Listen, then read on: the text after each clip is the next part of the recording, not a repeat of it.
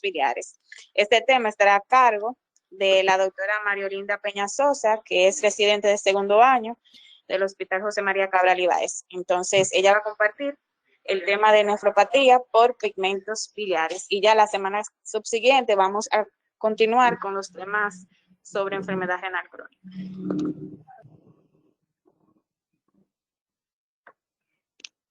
Muy buenos días. Como me presentaba mi compañera, la doctora Tavares, nuestro tema del día de hoy es la nefropatía por pigmentos biliares.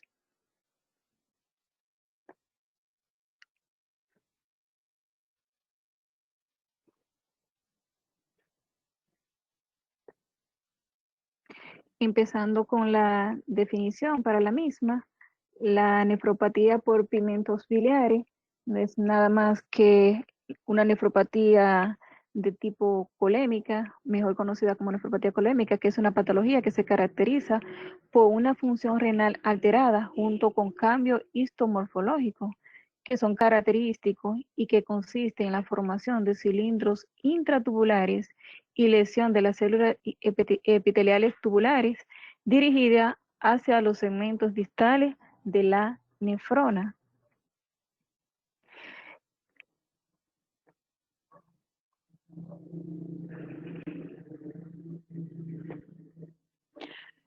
La nefrosis colémica se describe como una disfunción renal, incluida la lesión renal aguda, junto con alteraciones morfológicas típicas en la histología renal de un paciente con ictericia.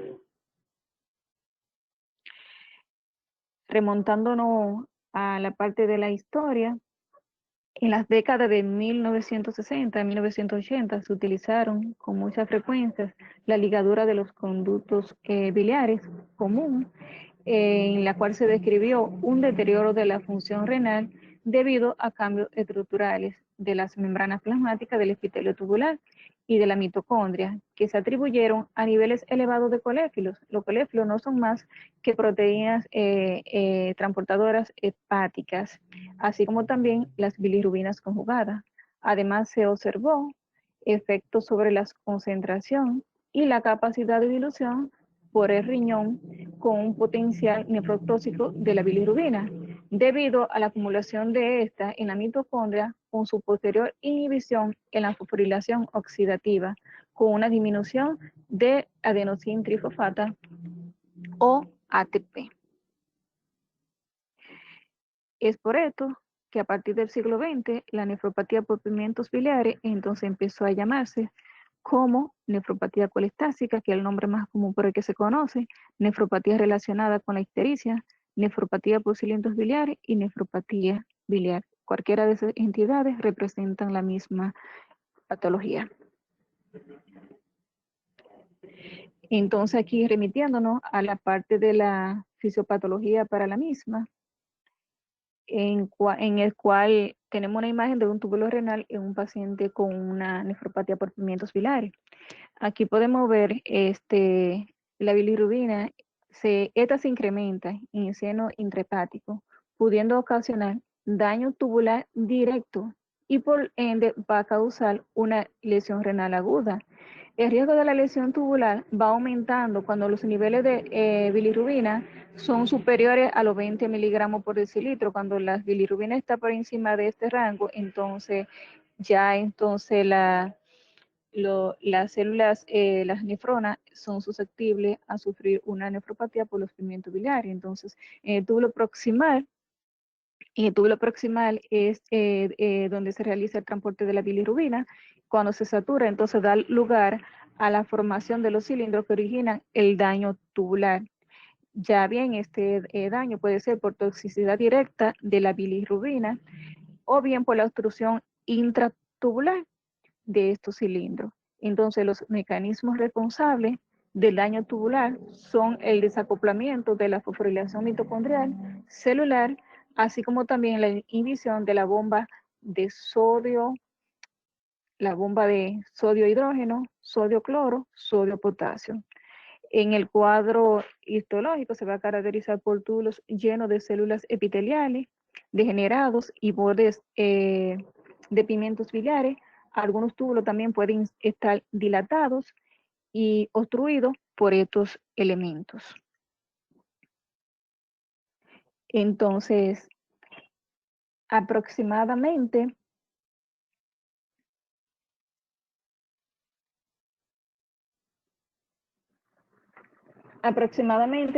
eh, 100, 100 milímetros de ácidos biliares no unidos a proteínas se someten al filtrado glomerular en condiciones fisiológicas, debido al hecho de que los ácidos biliares filtrados se resuelven casi por completo en el túbulo proximal, como dijimos anteriormente, por un mecanismo que este mecanismo depende del sodio a través de los transportadores de ácidos biliares dependientes del sodio apical. Entonces, el contenido de ácidos biliares excretado por la orina en condiciones fisiológicas oscila aproximadamente de 1 a 2 milimoles por día.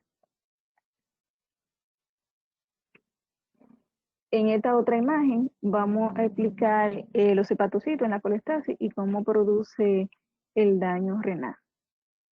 Entonces,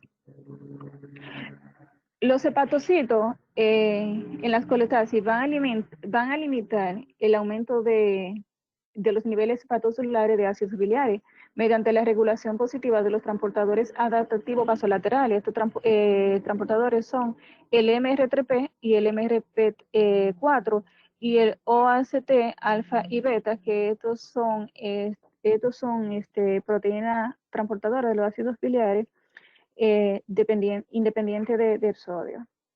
Entonces, estas van a facilitar su eliminación renal alternativa por vía del filtrado glomerular y por la secreción tubular activa mediada por estos transportadores, y reduciendo la captación de los ácidos biliares tubulares a través de la presión reducida, del ASBT, que esta no es más que también una proteína transportadora de los ácidos biliares, pero esta es dependiente de sodio. Entonces, los hepatocitos en las enfermedades colestásicas humanas van a intentar limitar el aumento de los niveles hepatocelulares de ácidos biliares y de la bilirrubina mediante la inducción de la exportación hepatocelular vasolateral, facilitando así la eliminación renal alternativa. En consecuencia, entonces, los hepatocitos reducen el aumento de la acumulación hepatocelular de ácido biliar y de bilirrubina mediante la inducción de exportación hepatocelular y vasolateral, con la eliminación renal alternativa, que incluyen la secreción tubular, que implica además los transportadores de aniones orgánicos y proteínas asociadas a las resistencias a múltiples fármacos, expresada sobre todo en el túbulo proximal. Entonces, por eso la excreción urinaria de ácidos biliares en la colestasis resulta, por tanto, de una cantidad excesiva en el filtrado glomerular, que va a superar la capacidad máxima de reabsorción tubular y la secreción tubular. Entonces, estos ácidos biliares van a causar daño renal, ya que van a causar, además, un estrés oxidativo a la membrana celular tubular, con una posterior liberación de mediadores vasoactivos, a la vez que afectan la función renal a través de la vasoconstricción renal y reduciendo así la tasa de filtrado glomerular.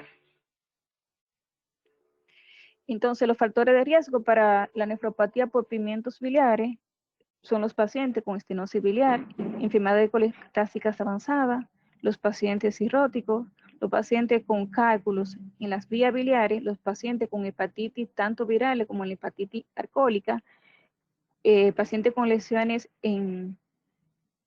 a raíz de cirugía que afectan las vías biliares, y en los pacientes con tumores del hígado o de la vesícula biliar. El cuadro clínico característico de un paciente con ictericia, un paciente con palidez cutánea mucosa, porque además cuando ocurren este tipo de nefropatía, ya la bilirrubina asciende por los 20 miligramos por decilitro, que esta cantidad tan elevada de bilirrubina además va a causar una hemólisis, produciendo conjuntamente una anemia hemolítica que se traduce en una palidez cutánea mucosa. Además de eso hay hipocolia, ya que en este tipo de nefropatía, entonces la cantidad de bilirrubina en el colon está disminuida. Además de eso, también va a ocurrir coluria, que la vamos a explicar más adelante. Por lo general, la coluria va a ocurrir cuando la bilirrubina sérica asciende sobre los 1.6 miligramos por decilitro, y está el prurito, que es por una acumulación de las sales biliares en las mucosas y en la piel, y la astenia, consecuente de la debilidad que produce las enfermedades hepatorrenales en los pacientes. Aquí tenemos un cuadro característico de una persona histérica, como podemos ver un punto histérico que sobre todo se refleja en las mucosas ocular, que es donde los tipos de mucosa más susceptibles a la acumulación de la bilirrubina.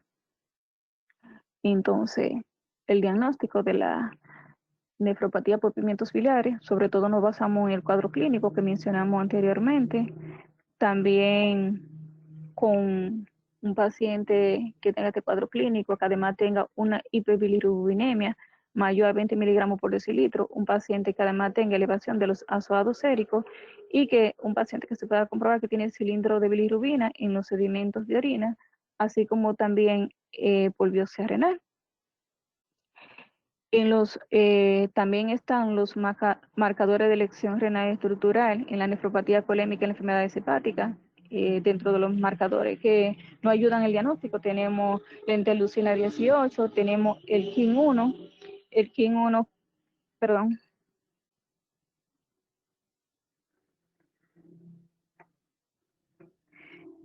el KIM, tenemos el KIM1, que es una molécula de lesión renal. Tenemos el LFA-BP, que el LFA-BP es una proteína de unión de ácidos grasos hepáticos en seres humanos, y tenemos el NGAR, que es la lipocalina asociada a gelatinasa de neutrófilo. Aquí tenemos una orina colúrica en un paciente con una enfermedad renal por pigmentos biliares. Esta orina colúrica, por lo regular, es una orina de color marrón, por orina color Coca-Cola, que por lo general la coluria se da cuando la bilirrubina se encuentra, perdón, los pigmentos biliares o la bilirrubina presente en orina por lo regular se da cuando la bilirrubina está por encima de 1.6 miligramos por decilitro aniversárico. Y en la coluria ya se da cuando los niveles de bilirrubina están por encima de 20 miligramos por decilitro. La coluria se da a expensas de la bilirrubina tipo directa, porque este tipo de bilirrubina es hidrosoluble, es un tipo de bilirrubina que pasa el filtrado glomerular. La bilirrubina indirecta es una bilirrubina que está unida a la albúmina, es una bilirrubina tipo liposoluble, y no se filtra no pasa por el filtrado glomerular porque está unida a la albúmina. Entonces, cuando estamos hablando de una orina colúrica, es a expensas de la bilirrubina directa. Los hallazgos en la biopsia renal de un paciente con una nefropatía por pigmentos biliares, vamos a encontrar túbulos renales llenos de células epiteliales y degeneradas. Además, vamos a encontrar cilindros de pigmentos biliares. Vamos a observar una dilatación de la luz y una vacuolización citoplasmática con una indemnidad mitocondrial dilatada, además de que hay acumulación de ácidos biliares dentro de los lisosomas. Las complicaciones de la nefropatía por pigmentos biliares es un fracaso renal agudo, es una de las complicaciones frecuentes, importantes en estos pacientes, ya que este tipo de lesión renal se va a dar sobre todo porque porque el paciente está en insuficiencia hepática, y que también este tipo de insuficiencia hepática, con la liberación de la bilirrubina hacia los túbulos renales, va a producir una toxicidad tubular por estos pigmentos. Entonces, el tratamiento de la nefropatía por pigmentos biliares, por lo regular, el tratamiento no es específico, realmente es básicamente un tratamiento de sostén. La terapia de reemplazo renal, por lo general, no tiene ningún tipo de papel específico, salvo que el paciente presente un fallo renal agudo, mientras que las plasmaféresis sí puede ser una entidad útil en la reducción de la sustancia proinflamatoria. También hay otro tipo de terapia, que es la terapia MARS, que utilizan los gastroenterólogos, que es una técnica muy reciente, que es un sistema de depuración extrahepático que se utiliza en los pacientes que tienen insuficiencia hepática, ya sea aguda, crónica o severa, y además de eso se utiliza para el prurito. También dentro del tratamiento tenemos que irnos hacia el tratamiento tipo preventivo, sobre todo en los pacientes atletas que utilizan los esteroides anabólicos, que son estos tipos de esteroides que también conllevan al paciente a sufrir este tipo de nefropatía por pigmentos biliares. Estas fueron nuestras referencias bibliográficas. Aportes, preguntas o comentarios, estamos a disposición.